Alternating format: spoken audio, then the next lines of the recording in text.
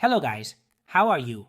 In this video, we are going to see how we can save or export the images we are working with in Google Drive.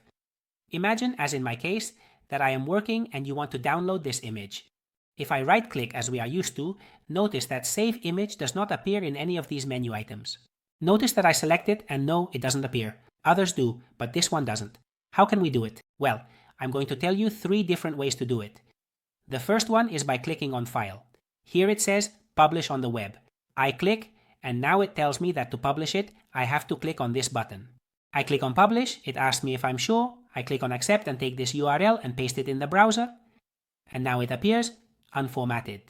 But notice that now if I click on any of the images, the option to Save Image As appears, and I can save it to my computer.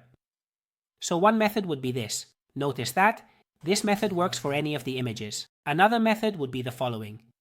I go back to my document, close this, and unpublish it because I don't want it published. I click on File, click on Download As, and here in Web Page, I click.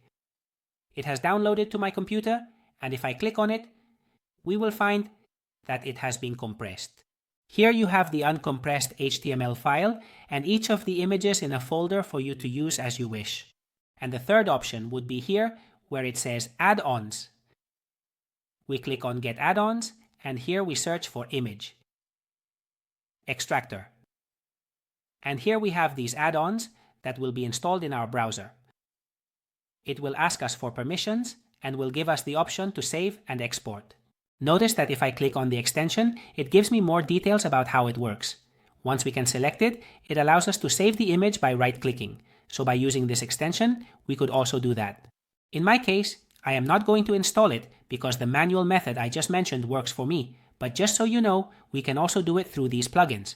I hope the video has been helpful to you, and I'll see you in the next one. Goodbye.